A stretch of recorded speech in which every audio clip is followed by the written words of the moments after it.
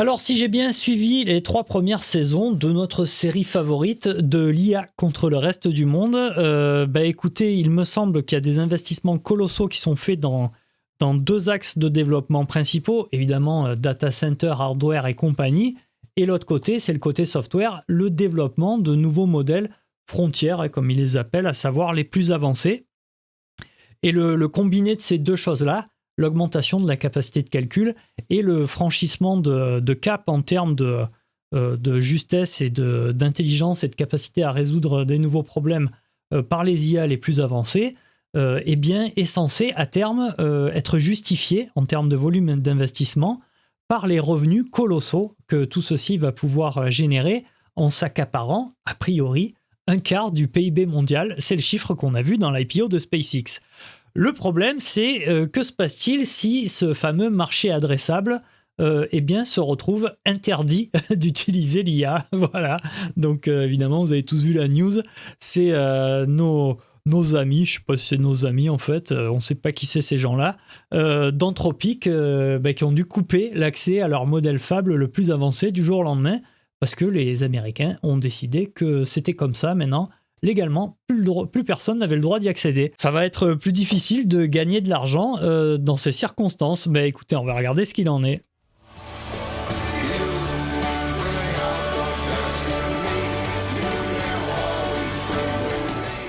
Snowball.fr.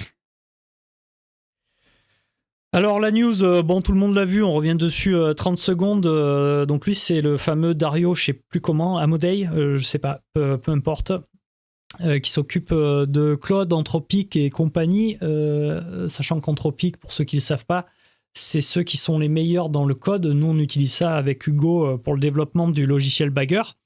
Et nos amis d'Anthropic ont sorti cette histoire de Fable avec toujours de la part de ce fameux Dario, une espèce d'annonce comme quoi il est vraiment en train de développer Frankenstein, que c'est complètement délirant ce qu'ils sont en train de faire, que ça représente des dangers colossaux pour la cybersécurité.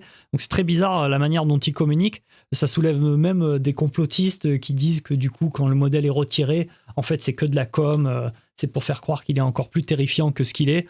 Peu importe, ça c'est un peu ce qui se passe du côté d'Anthropic, résumé à la va-vite en quelques secondes. Et donc ils se sont pris une interdiction par le gouvernement américain, qui est une loi qui s'appelle l'Export Control, qui permet de restreindre l'accès à des données sensibles. Voilà, c'est aussi simple que ça. Et le côté un peu sarcastique, le côté un petit peu ironique, c'est que ça bloque l'accès à leur modèle frontière à absolument tous les étrangers et non-américains, ce qui conduit au paradoxe qu'une partie des gens étrangers sont en train de travailler chez Anthropic sur ces fameux modèles et sur les suivants. Donc les gens qui ont développé ces modèles, en partie, n'ont plus le droit d'y accéder. Ça pose quand même déjà, on ne va pas y venir dans cette vidéo dessus, mais un souci sur le développement du modèle d'après, parce que si Anthropic vient de perdre, je ne sais pas quel pourcentage de sa masse salariale, qui n'a plus le droit de travailler sur ces sujets-là à partir de maintenant, ça pose un problème dans la capacité de cette boîte à continuer à faire mieux dans 6 mois ou dans 1 an avec encore un modèle meilleur. Et puis ça pose quand même un gros problème qui a été alors un petit peu mis en avant par Satya Nadella dans son histoire d'écosystème, mais indirectement, c'est la partie côté client. Parce que là, c'est évident que tout le monde va se poser la question côté investisseur, pourquoi investir dans Anthropic, dans ChatGPT et compagnie, si à terme, en fait, on ne peut pas vendre le produit parce que le gouvernement l'interdit. Donc, il y a une espèce de conséquence de premier ordre, mais il y a aussi une conséquence de deuxième ordre que Satya Nadella essaye de se rattraper aux branches en expliquant qu'eux vont faire un écosystème du côté de Microsoft pour, entre guillemets, cacher tous ces problèmes-là derrière ce que eux proposeront sur leur cloud, avec la capacité de conserver une partie de votre propriété intellectuelle, avec la capacité de changer de modèle quand il y a des problèmes sur un modèle. Voilà, il a essayé de dire ne partez pas tous en courant, on va être capable de faire front tous ensemble sur ce sujet-là et de ne pas gaspiller des milliers de milliards de dollars sans client. Mais le problème, c'est ça. C'est que en fait, il y a un souci maintenant du côté client.